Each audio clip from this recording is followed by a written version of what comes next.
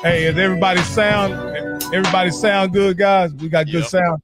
I got a different setup here today. Hey, but I want to welcome everybody to HBCU Coach's Corner.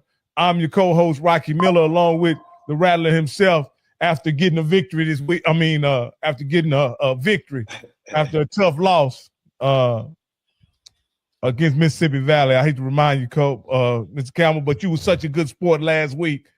After the loss, y'all come back this week and get a victory in a really big game in the Florida area. So I appreciate you coming back and being a good sport about it. But the man, our featured guest, our featured host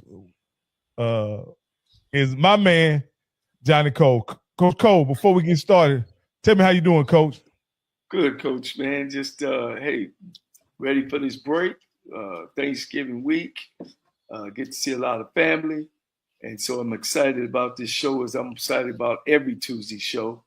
And just ready to get started, man. And hopefully guys get in there. And if they want to ask questions, make sure you get all your questions. We're going to do a show at 8:30. We're going to cut it off, Coach. That's what they say, but we'll see what happens. Coach, you know how we get going. You never know. Yeah, I know, Coach. I know. Look, we're going to try to do guardrails on it. We're gonna try to do right, guys. We're gonna try to do right. So, but now with no further ado, Coach, we had some pretty interesting action in the SWAC this week, Coach, and also in the MEAC. None of it determined anything. It was really a exercise of just everybody playing. The MEAC was sold up, the SWAC was sold up, but nonetheless, there was good competition throughout the entire HBCU landscape. But there was what I would consider a huge surprise, and we can get into that while I'm loading up these slides, and talk about Tennessee State and what they were able to do and what ultimately happened because of what they did. You know, Tennessee State won the third time in the history of the school of winning that conference. Better known as the OVC, is now called the Big South. They were 62. UT Martin was 62, as well as SEMO was 62. So you went by the tie record, then you went by who beat who, and then you go common opponent. And when you look at Tennessee State, the common opponent with UT Martin was Linwood, and Tennessee State had beat Linwood. So, that gave them the edge and naming them, the Big South. And I think still is co-champs, but I think they represent the conference. And so it's been a long time. It's been 24 years, as you guys know, that last time they won was I think this ring here, or it might, yeah. So, it was big. Or this ring, I'm sorry, this is the back-to-back. That's 98 and that's 99. So it was a big win for him, big win for Eddie George. I guess the question now is, can NFL players come in and win? I know he had big support. Of course, he's the highest paid coach in FCS. His staff is the highest paid staff in FCS. Coordinators are making 120, and his lowest assistant coach was making 69. So they did some good things over there. The school's having some trouble, but you got to take your hat off to Tennessee State. Hey, Coach, let me ask you this. I know you were not a huge fan of the celebrity coaching model to change the program, because and I understand why. You're taking pretty much an inexperienced guy in most cases, plugging him in at the top spot, and and like you pointed out, a lot of times it doesn't work, right? If you were to compare Dion and Eddie George, what were some of the similarities to what they were able to do, and then what were some of the differences that allowed both of them to be successful? They had the support. They brought support with them, outside support. You know, he had Coach Fisher. Eddie George actually played in Nashville, so he had all that behind him as well. He was able to hire a staff. He was able to go out and get money to redo the football fields. They got money to redo the locker room and the coaches deal. They have the old dorm behind the what they used to call the football field, the hole. So, you know, that was the biggest difference. You know, when you look at the model behind Deion Sanders was the same way. He was even bigger. You know, he had Under Armour. He actually had a lot of coaches there at Jackson coaching for free that people didn't know about. You know, but when you know those type of people that made $4 or $5 and $1 million for the last 20 years of coaching, you know, all they're doing is passing through. You know what I mean? So it ain't like a lot of that came out of Jackson State's pot as well as at Tennessee State. A lot of that didn't come out of Tennessee State's pot. It was between Fisher, Coach Fisher. Of course, you know, his son is the defensive coordinator over there as well. So, you know, those guys brought something with them. And everybody and all the NFL players can't do that. They, you know, or a player coming from the NFL, they can't do that. You know, Eddie George, he's marketable. He's the Heisman Trophy. He's a Heisman Trophy winner. And, you know, you can't say enough about Deion Sanders. So, you know, these guys had that following behind them. Campbell, would you like to add anything or piggyback anything on that? Man. You know, I as somebody, I was super excited when Tennessee State hired Eddie George. Like I said, he had been around that university. He had, you know, been in that town. And Tennessee State, Coach, we talked about this all the time. That's one of the blue bloods. We need Tennessee State to be good. And I felt that Eddie George, because of who he was and what he was, I thought it would happen a little bit faster. But what I did like is that he didn't get frustrated. He didn't get like a lot of guys who didn't have to do the job. Eddie George has a lot of things going on in a very positive way. He has an investment firm. He has marketing stuff he's doing. But the fact that he stuck with it and built the program now to get them to that level of winning and to go to the playoffs. And, Coach, you know this because, like I said, you and your brother took that school to that level. You know, this is a really big deal for Tennessee State. Now, the question when I'm going to get, you know me, I'm the challenger. So now I'm going to all my Tennessee State folks. I need you all to start showing up to these football games. They had 1,500 people at the last football game. This is not Tennessee State pride, tradition, that Tiger tradition going all the way back to Big John Merritt. You know, you got to support that football team. So what I'm really hoping, again, they go up there and they play Montana. Again, that's going to be a tough game. You know, it's going to be, as they say, it's going to be Snow White up there, Coach, literally and figuratively. So ain't no question. They're going to go up there, and like I said, I'm hoping that the defense stands up and give a good game and keep them in the game until the fourth quarter. And then you know what it is, Coach. If you can stay until the fourth quarter, you can try to win it at the end. So I'm super excited. Yeah, you know, I always say they're not the Tennessee State of old because they changed their whole schedule. You know, they played Mississippi Valley. They played Lane College. They played Arkansas Pine Bluff. You know, they played all the bottom schools in Black College. And you know that ain't Tennessee State. You know, and none of those colleges have the band as your, you know, Grambling, North Carolina A&T, you know what I mean, Southern University. You know, they played the big schools, Florida A&M. You know, they played those schools every year, and they played in bowls. So I get it. They did what they needed to do to get that football changed around.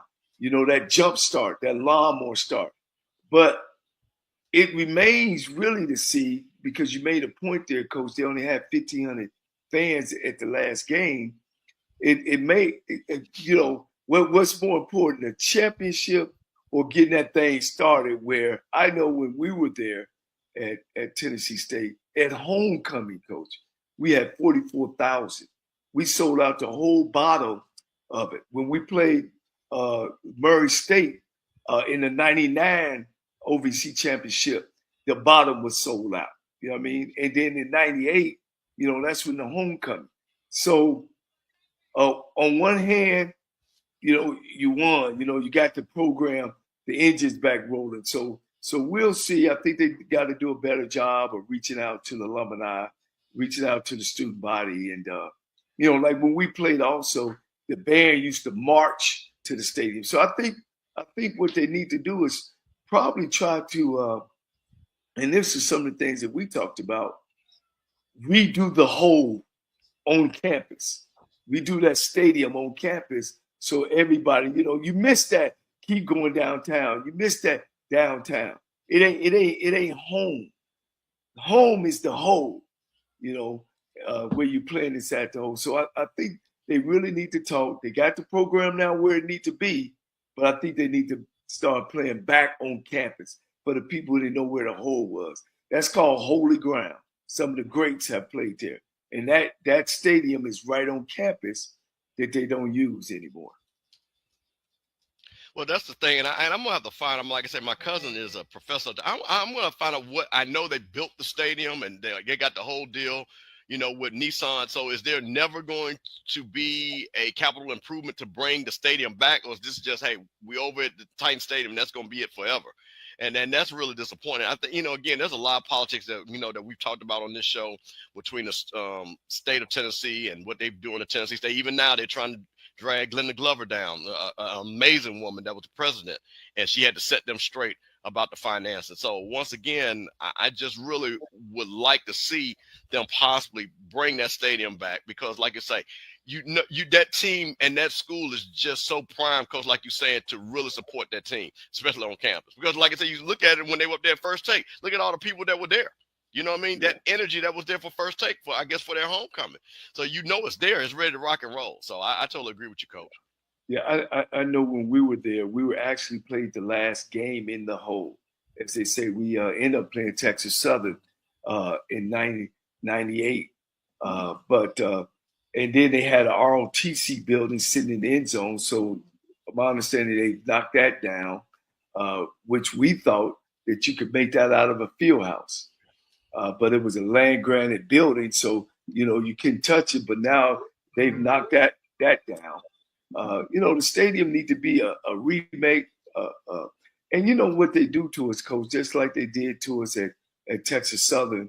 These teams come in and they need the state taxes. You know what I mean? So they throw us a piece of bread, then we go in on the deal, and then all of a sudden, bam, here comes the stadium built.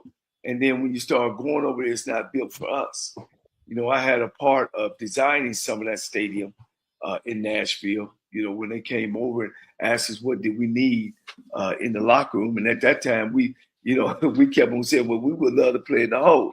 But, of course, stuff over our head and paycheck overruled that. But and then also when at Texas Southern, it's the same thing. I think it just, you just lose ground and lose people away. It's just like having a party, 20 miles out. And people start riding, they start exiting, you know what I mean? And you end up leaving the place with 40 and only 10 make it. So maybe they'll look into that, and right now they got the football program going in the right direction. Hey, Coach, I want to take a moment to address. We advertised that Coach Chennis Berry was going to be on the show tonight, and I apologize for that. We had him confirmed; he was booked, and all of a sudden we got a call this afternoon that he canceled. We don't know the circumstances surround why he canceled. At least I don't. Coach Cole, if you want, because you were the one that booked everything. So, yeah, well, sometimes you got to go by the rule. Everybody know that I've been knowing Chennis from 20 some years, and we agreed to have him here. But it's a system that he has to go through, and when you're in that head coaching position, you got to be kind to the people on campus. So the SID. Want to do things the right way, and he just didn't know that we had put the interview together. And, and I know how important it is, for Chennis not to burn any bridges, and not, make any enemies on campus. You know, sometimes you humble yourself, even though you the champion. You gotta humble yourself. So, you know, I let Chennis know that I understand that you know, he don't need no fires to be, you know, need to be put out. So we're gonna go by the rules, but it's definitely a done deal. You know, once next week come, we'll set a schedule to make sure we get him back home. All right, Coach. Hey, you know, like I say, normally when you say it's a lock, it's a lock. And I was surprised and disappointed he wasn't able to be with us today. But like you say, rules are rules, and I'm sure he has a lot of demands on his schedule. You know, along with spending time with family during his time. He's the MEAC champion right now, first year coach. And I asked Campbell this, Coach. Campbell, how surprised are you that Chennis Berry won in this first year of him in the MEAC? Listen, man, you guys have heard me talk about this a lot. Me and Coach talk about this a lot. If you want to be successful in HBCU football, have you a quarterback. He walked in there with a quarterback. 50% of the job was done. Now, Coach will tell you the other 50% is, can you coach him? He had the other 50%. So I think, guys, and I think we might have picked him third. Some of us picked him second. But we all said that game against North Carolina Central was probably going to determine that MEAC championship, and it did. So you're not surprised, man. You know the great thing, and what I like about Coach Berry is that he looks the part. And not only does he look the part, he is the part. I remember when and again, and only, like I said, we don't talk about coaches. We talk to coaches on this show here, Coach. So we talk to the coach. We don't get him fired. We get him hired. Well, we'll get to that list at the end of the show. So the thing about it is that when you're talking to a Chennis Berry and you hear him talk about his plan or what his goals were and what he had brought in, and the thing about it that we found out, and I think this is a great learning lesson, Coach, you know, he brought in winners. He brought in guys that understood what the mission was to win. So no, I'm not shocked. I'm not shocked, you know, that he did that. And like I say, that team, and again, I think people got to understand something. South Carolina State is one of the most undercover blue bloods in HBCU land. They don't get the name recognition like a FAMU or Jackson State or Southern or even Tennessee State. But hey, man, they got a lot of national championships. They got just as many Hall of Famers as Jackson State, and they've got a whole lot of conference championships in the MEAC more than FAMU. So you got to give them their respect, man. And he has built that program. And I tell you one thing about South Carolina, people in that area will tell you it is some great football players in that area. Great football players. Well, I can say this. Coach Cole, since the very day he was rumored to be the head coach, Coach Cole, you said they got them a good one from the very start. Yeah. Like you knew he was. They got them a guy at the time.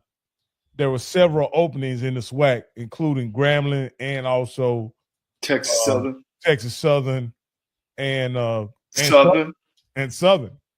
And you said because they pulled the trigger so fast and went ahead and got Chennis, they got them a winner, and they probably got the best available. You were clear that they had made the best hire of that particular hiring cycle, no doubt.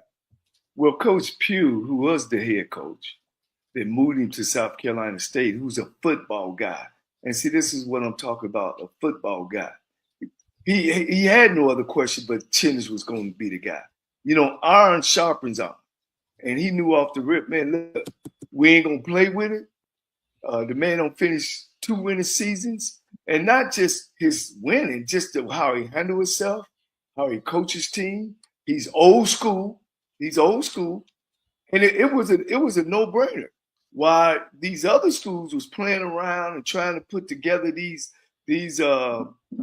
what you call them, Coach, when you put together this team that's going to choose the next head coach, and you know, you got the dorm director on this committee, and then you got the food guy on the committee, and then you got the board of trustee guy on the committee, and you got a alumni that ain't even played the game on the committee, and you put these together. Well, let's go out, let's find us a coach.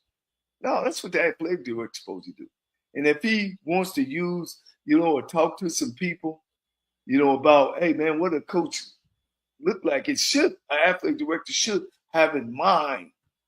I can't say enough about the process that we had at my alma mater that I thought was just crazy. It was just crazy. And South Carolina on the state, how many coaches they had in 40 years? I want to say 4. 4. Yeah, 4. I want to say 4. And 3 of those with Chennis now, they are nasty. These guys are highly respected, So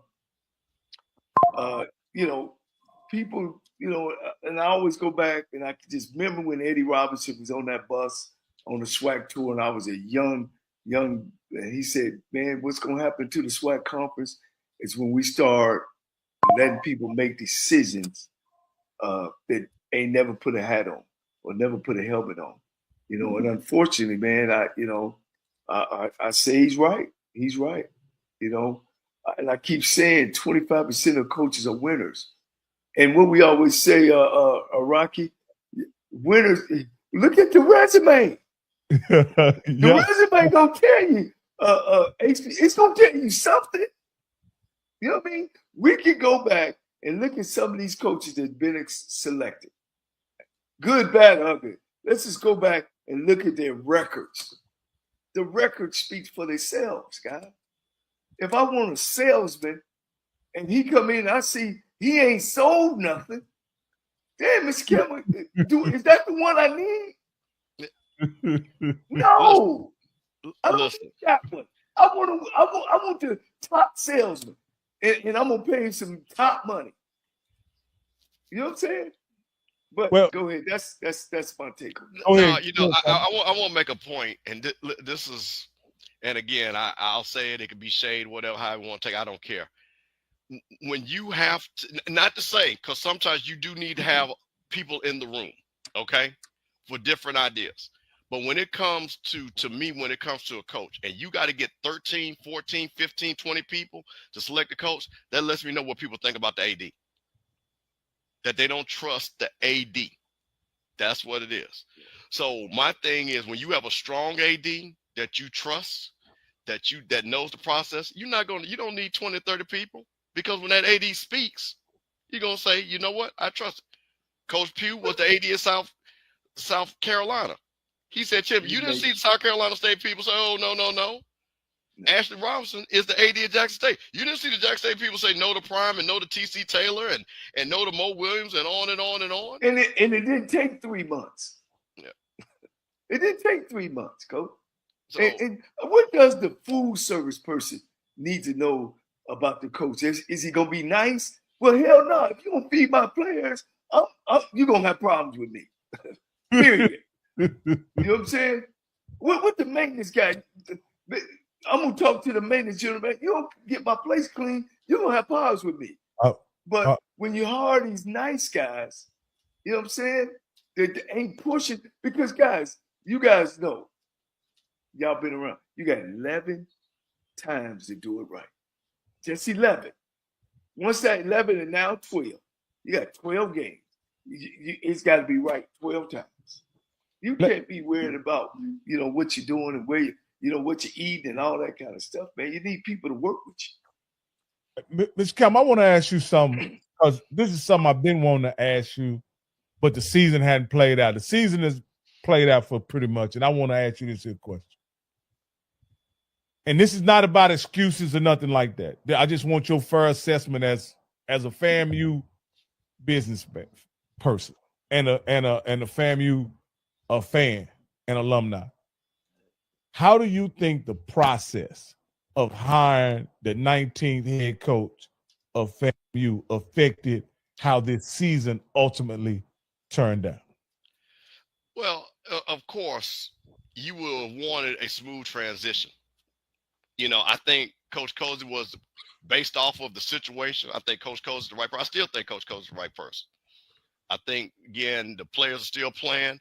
But what I would have wanted is that, and again, this is where the thing, did Coach Simmons want to stay? All that drama with that. But let's just say Coach Simmons decided, hey, I want to take my next challenge. Our AD should have said, you know what? Here are the people. Let's move on. Let's have a transition. She literally had a press conference with Willie. It should have been Coach Simmons, should have been Coach Cozy right there, and then everybody got behind it. But of course, she did it her way.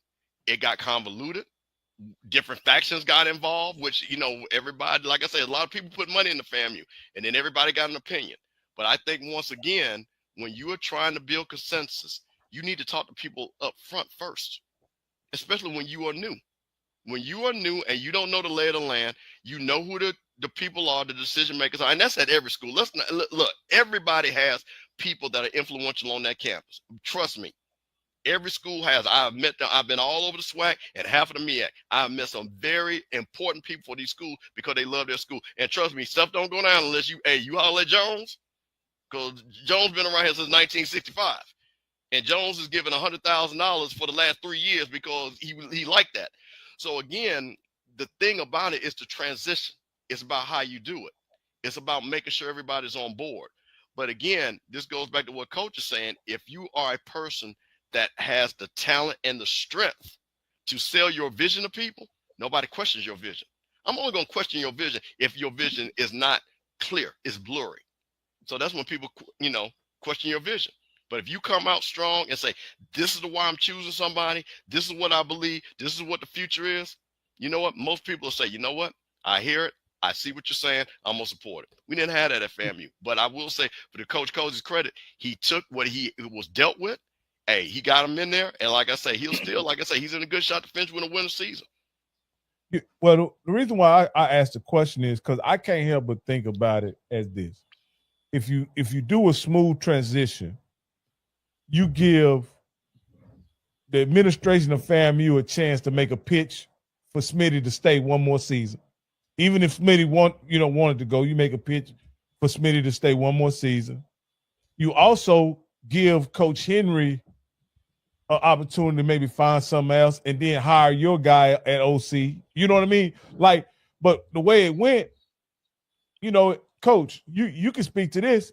At the beginning of February, how many good guys are still available to bring on your staff at that point?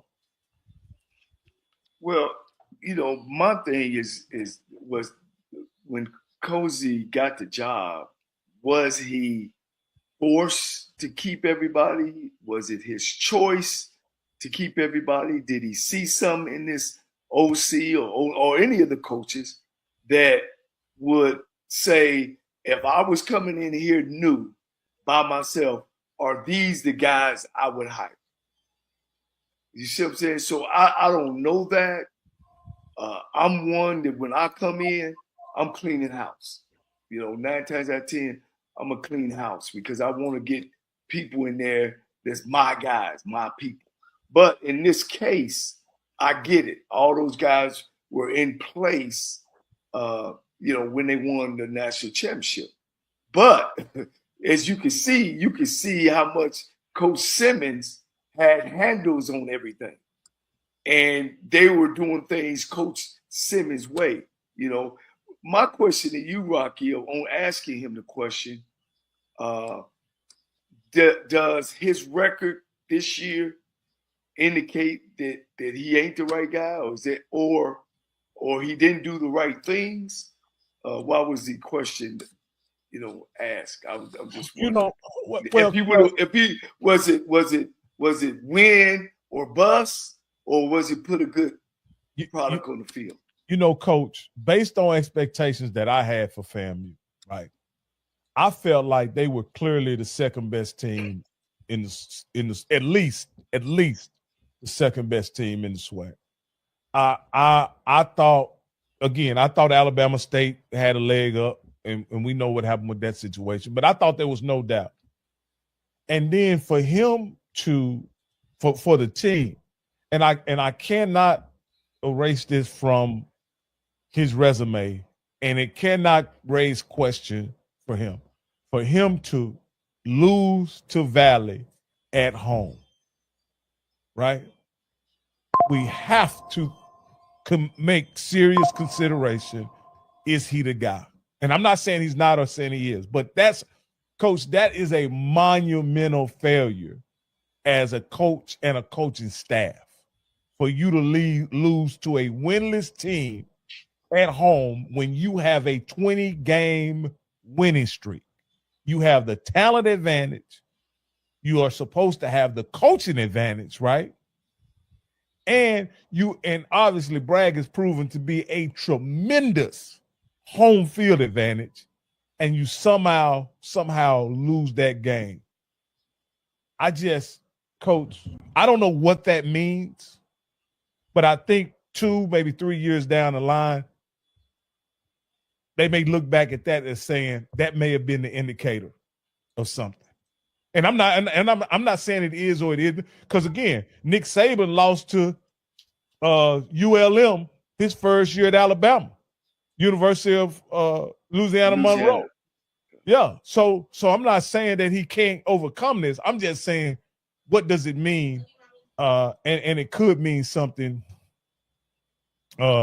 If he has to have some success really quick, in my opinion, for thank you, baby. He has to have some success really fast for him to overcome that loss, in my opinion. Well, let me say 2 things. Or do you want to comment, Coach? Well, I'm just gonna say this on this, because this is the thing. I talk to a lot of people, and I get a lot of feedback, and this is what I'll say. Deion Sanders with the Colorado, he hired an offensive coordinator, he hired a defense coordinator. They're not there this year. TC Taylor had an offensive coordinator, had a defense coordinator. He looked at it, he reevaluated. Now they Swaggy's champs, and they say they got their logo, the trainers on the track. So, man, every team is going to have a challenge when you make a coaching change. It's just what it is. Look, Kalen DeBoer, who has everything, every advantage in the world, and Alabama is right now sitting on the outside looking in on the playoff. So we won't know. And and one thing about me, I'm not no short-term type dude. And I'm never going to be that, because if people took a short-term on me, I wouldn't be right here right now. So I always tell people, don't judge me today. Talk to me today and see what I do tomorrow. So that's the thing about it. So I'm going to say the same thing about Coach Cozy. I'm not going to sit back and say, listen, man, okay, I'm going to say this for the last time. Yes, we lost to Mississippi Valley. No, we shouldn't have lost to Mississippi Valley. Okay, that's it. So the question is, again, but I'm going to say this, the University of Virginia was the #1 team in basketball. They lost to a Sweet 16. They lost to the #1 seed, and then the next year they won the national championship. So what you are today doesn't mean what you are tomorrow. So the thing that I'm going to say is Florida A&M is still Florida A&M. Kids want to get a great education. It is in Florida.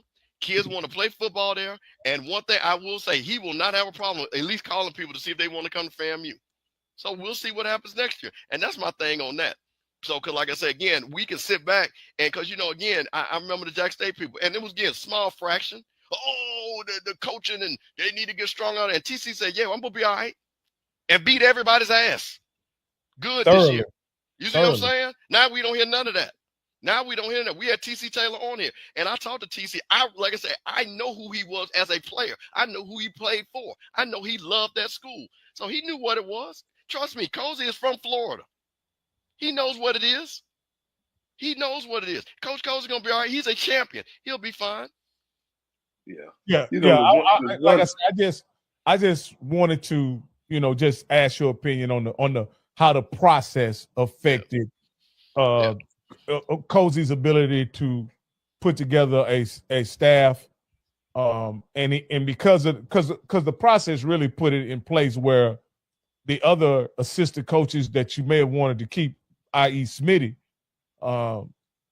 he had to make a decision once he was given the opportunity. You understand what I'm saying? Because he didn't know how it was going to play out. If coach is not selected, then no guys may be out of a job. And so that may be why Smitty elected to go to somewhere else. Yeah. Well, going back to that time, I can remember things on why some people wanted Cozy. One, he was supposed to have kept the team together, which he did. Okay, and so they had a good team coming in. He was supposed to be a good recruiter. He brought over 50 transfers in, 40 transfers, 30 transfers.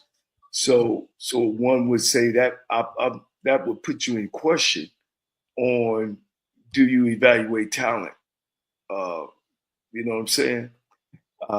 And so those are things that I thought. And then number 3, the most important, I've experienced being a great team and lose to a terrible team.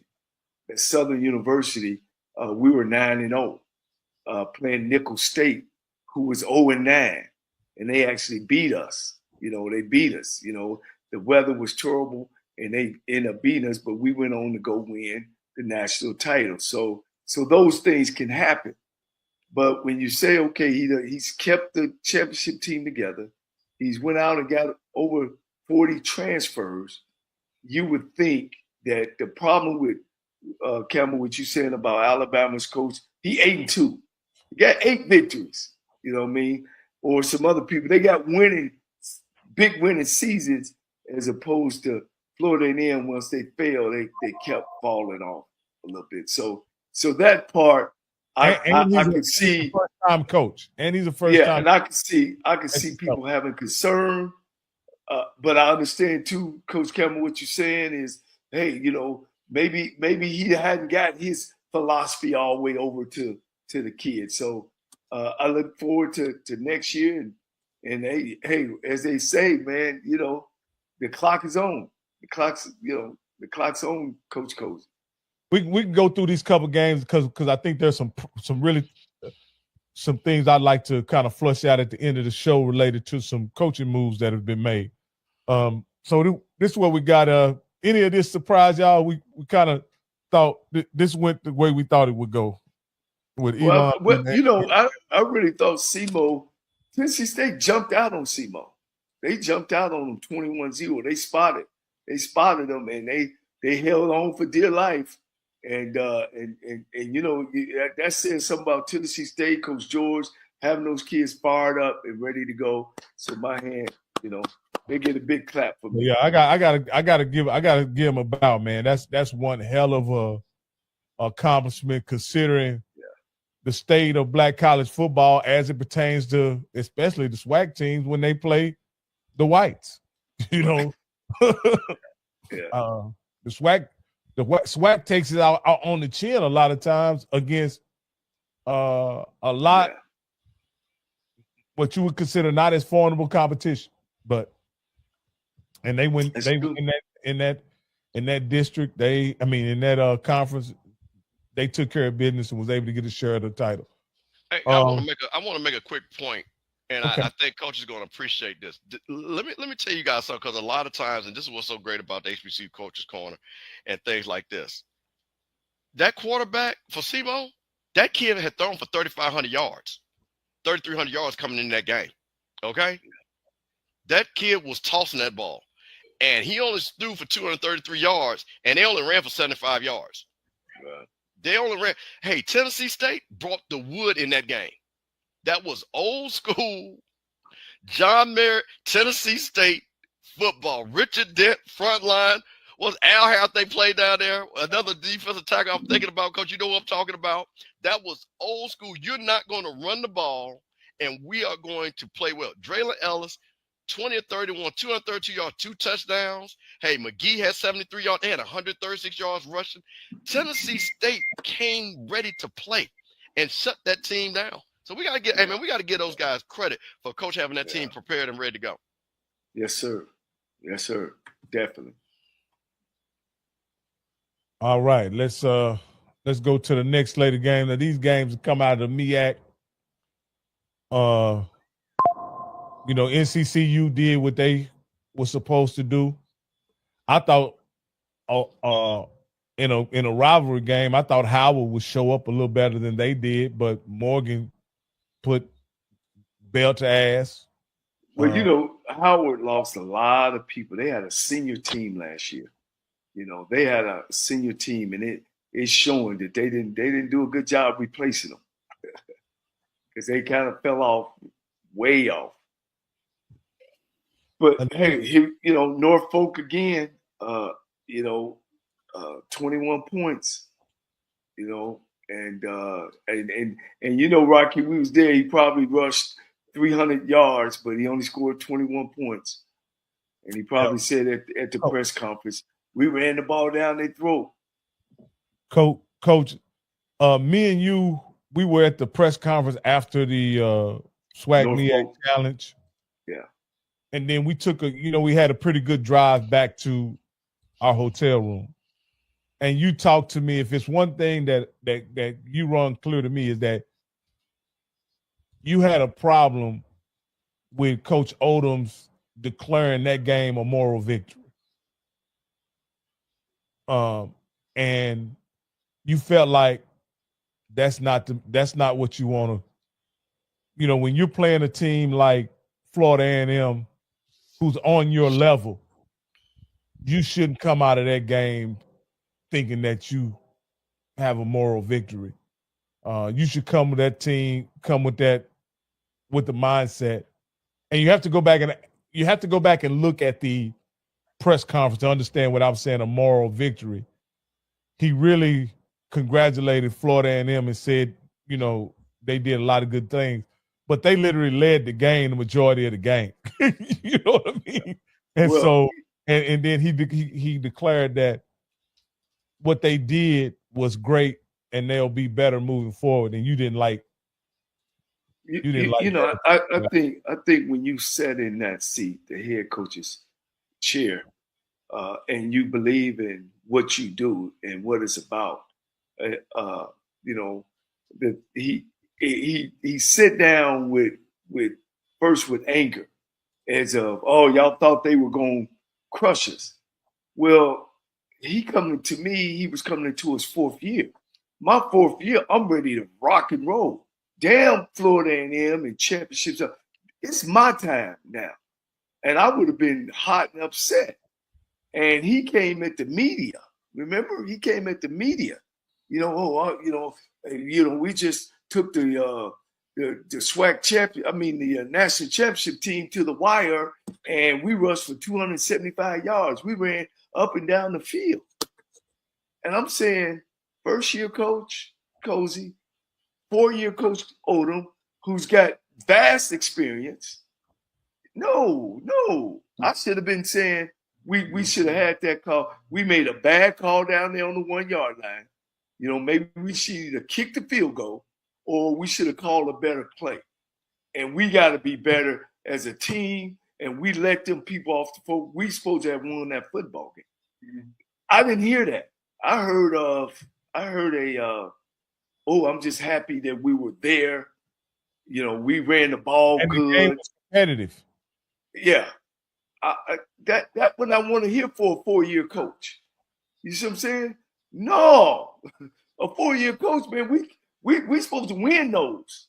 You know what I mean? When you got a 1-year guy coming in as a coach. Because now you got everything about who I am as a person and as a coach within your team, and knowing that, guys, this is our year.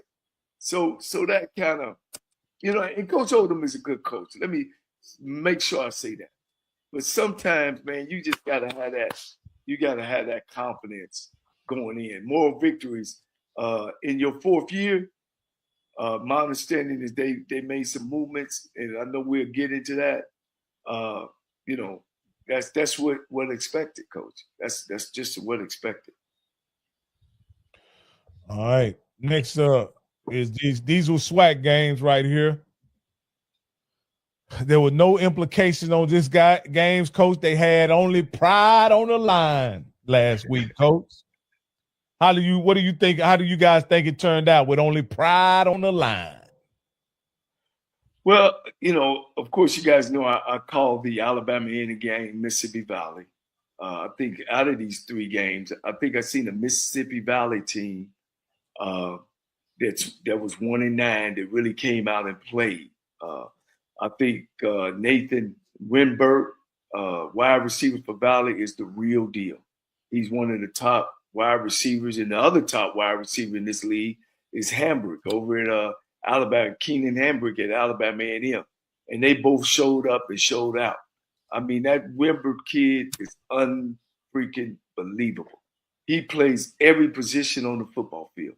And that game was 28-28 in the first half. Neither team could stop neither team. but both teams got to get their defense. They at the bottom in defense, and I think Coach Maynard at Alabama A&M, same thing, same place. I think, he's got a good system offensively over there. He just got to be able to stop some people, Coach. He put points on the board. He just got to be able to stop some folks. So I was excited. But I heard the kid Nathan Remberg, he's gonna be entering his name in the portal. And I think we got the kid from Arkansas Pine Bluff as well, wide receiver, has already entered his name in the portal. So we're gonna lose some teams, lose some players already to the portal. Let me say something about the kid Rembrandt. He's from Florida. Is that the kid from Mississippi Valley? Yeah, from Mississippi Valley, right. Rembert. I just said that, Coach, because my producer was in my ear. Thank you. Coach, it's Rembert. It's Rembert. And let me tell you something. And my grandma say, always pronounce a man's name right. That's respect. Yeah. So Rembert. So that young brother, I tell you one thing, I know what he was. He was fire against FAMU. That's what he was. But the fact that to see, and this is where the portal hurts me, but this is why I can respect it. The young kid played football in high school.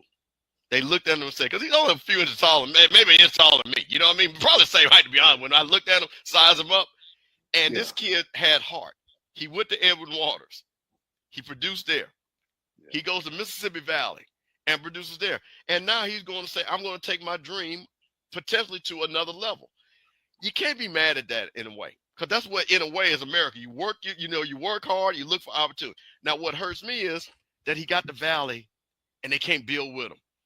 Coach Wade can't say, you know what, to the next group of guys, hey, we got this kid over here. You come over here, we can have a dynamic duo. Hey, you come be the quarterback. We can have, that's the thing that just kind of hurts me with the transfer portal a little bit, is that you get to see that. But now, I'm going to say, if they didn't have that kid, Coach, they would be 0 and just keep giving them 0 and 11 year after year after year. Because that kid can do it, boy. He's the whole team, Coach. Every play went to him. Screen touchdown. X, Y, and Z. What? In the back. He came out of the backfield, Coach. He caught an under route and went all the way. Coach, he showed up, man, and showed out. Coach, he was the real deal. Prairie View, Alabama State. Well, Alabama State was going to play great defense. Prairie View been struggling all year. The question was asked to me on my interview yesterday with Mr. Cooper, Ralph Cooper, who's been doing this for at least 40 years plus. And he's interviewed some of the greats, the Houston Oilers, Mike Tyson, Muhammad Ali. I can't say enough about him. He's like a godfather to me. You know what I mean? He's always kind of watched over me. But we took, the question was why did they let Bubba go? And, of course, again, we'll get into that and I'll talk about that. But, this is the reason why. You can't, you got to be able to win some games. And talent-wise, I think Prairie View was there, but they never show up, or show out. I think, I take my hat off to Terrence Graves. This kind of say about Terrence. Terrence Southern, struggled, but he was able to win games. And at the end of the day, that's what it's about. It's about winning games. Sometimes it ain't how you win it, it's winning. And those are things I think that kind of hurt Prairie View this year. I want to talk about something. And again, this is just one of those days. I just want to start giving kids flowers. And that kid, Kareem Key, that was forced, had to play quarterback when his natural position is wide receiver. And to see that kid battle every game, knowing the pressure that was on him. Because, guys, you got to remember something. Alabama State was predicted for a lot of people to win the SWAC. The 2 quarterbacks go down, the 3rd quarterback goes down, and then you go to a young man who I believe is a freshman And he's the fourth, like I said, he had, as coach said, played quarterback in high school, was not coming to Alabama State to be a quarterback. And man, this is what is great about sometimes when you watch HBCU football, because you got to see just a kid with heart. That again, he wasn't out there tossing 30 touchdowns, but all I saw is that little joker running and throwing and keeping his team in the game to win it. He made one play in this game and it was enough for them to win it. So I just want to, hey, Key, listen, and whoever knows this young man, I'm going to give you your flowers, because there's nothing harder to do a job that nobody expected you to do. There's nothing harder in the world. And I just really, we got so many kids that in all of our schools had to move positions, had to play positions, but we always talk bad about them. But this kid was on a team that wanted to win it, and they, listen, they gave FAMU all they wanted, and they gave Jack State everything they could give them. And that kid did the best he could. So I just really want to put that out there for that kid. I just wanted to say that, even though, again, the score was 6-9, but just watching this kid, because, of course, we watch those games every day, every week, and I just saw this kid just battling, and I said, man, that kid right there is somebody I would love to have on my team, no matter what position he plays. Yep. Yeah, like I say, that I think there's something to be said about the grit that Alabama State showed as a team and this season, and considering what happened to them. And I think it speaks volumes about what their culture is, and they were able to really compete each and every game. And really, to be honest with you, they gave what I believe will be the conference champion the best game they played all year.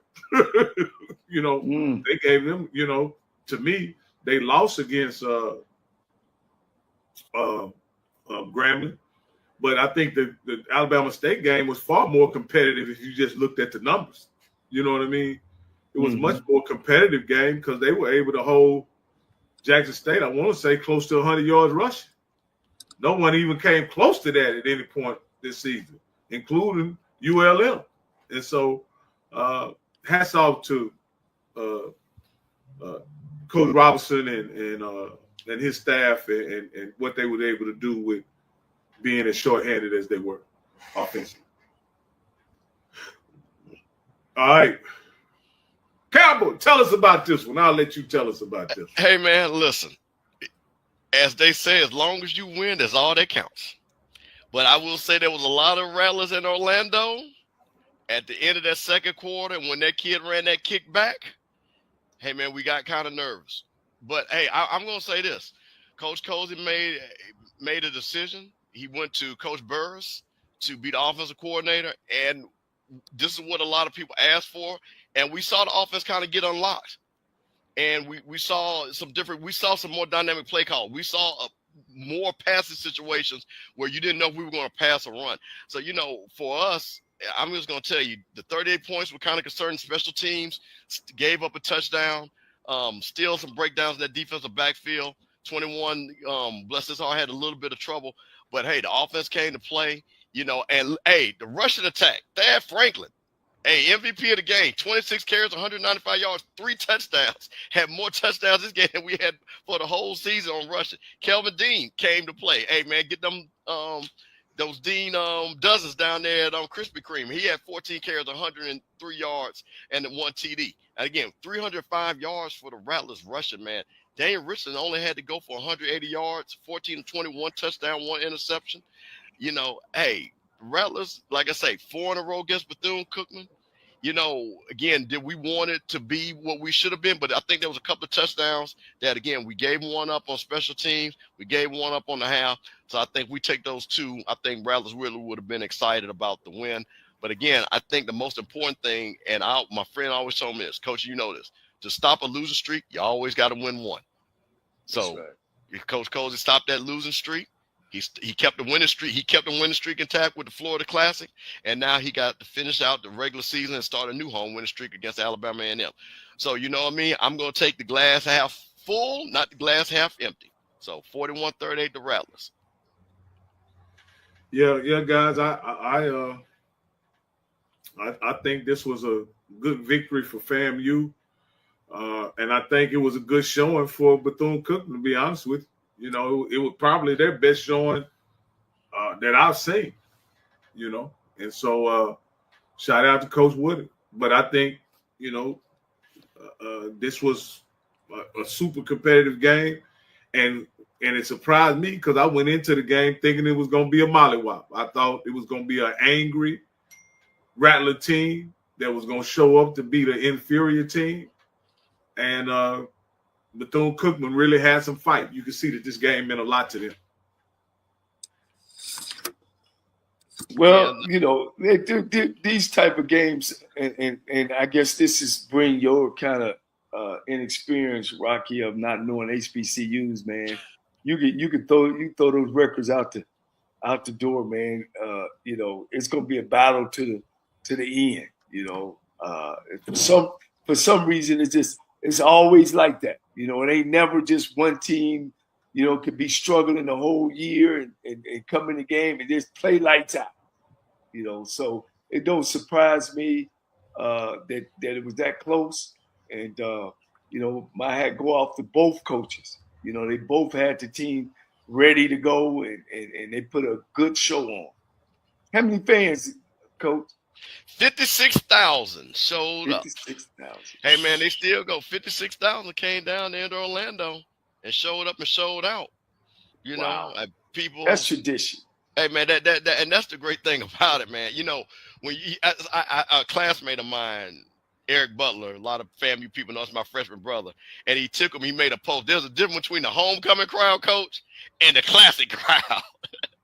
The classic crowd, that's your folks, that's your people that just love to be around the Black college experience. They might have never set foot on those two campuses, might not never been those cities, but they are there to show up and show out. So, man, you know, just to see all the people come and to still once again support those schools, man. And like I say, to see all the extracurriculars, man, is always beautiful. I haven't been down there. I was telling a friend, I haven't been down since the game when it first moved to Orlando. So again, I think next year I'm gonna have to go and make it down there. Outstanding. Okay. So let's go to this last one, the Soul Bowl. It was a soul beatdown. It was I guess you can throw the record. You can't throw the records out on this one. Yeah, that's what I was just gonna say. Yeah, Jackson State is a juggernaut, guys. You said it very early in the season, Coach Cole. Regardless of how you know whether we wanted to acknowledge it or not, I think to be honest with you, Coach Campbell was slow to the party. Hey, my name is Danny Wilson, and I won $500 on the lunch break with AJ Jones.